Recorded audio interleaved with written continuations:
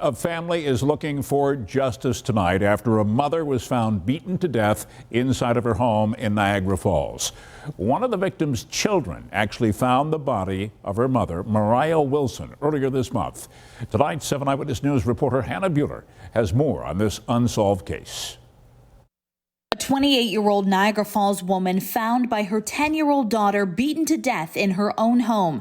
It's the tragic story that has one family questioning everything and everyone. They're saying that between the hours of like 12 midnight and 3:30 that is when the murder had occurred. According to family, Mariah Wilson, a mother of two, had called police on September 4th to report there were people in her home who were unwelcome.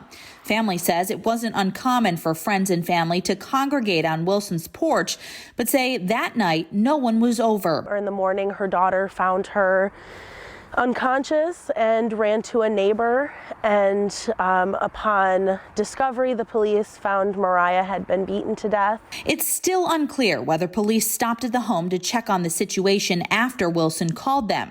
Her cousin, Julia Stevens, says Mariah was an excellent mother, an essential worker, always caring for others, who had plans to leave Niagara Falls in the coming weeks. She was working really hard to get out of Niagara Falls. She was a month away from moving to South Carolina to specifically provide a better life for her children. Weeks later, with no one in custody, the family has two questions: who did it, and why aren't Niagara Falls police talking about what happened? If somebody in Lewiston was beaten to death in their home, we would be talking, every town in Western New York that would be on the discussion of who could done something so horrible. So it's hard not to see that correlation when a dark-skinned girl from Niagara Falls is beaten to death in her home and people aren't asking questions until 2 weeks later. Niagara Falls police would not provide any information on the crime other than to say this is an ongoing investigation. The Niagara County DA's office is also investigating and confirmed this is a homicide case, but will not comment further. And we will find them and we will get justice for Mariah.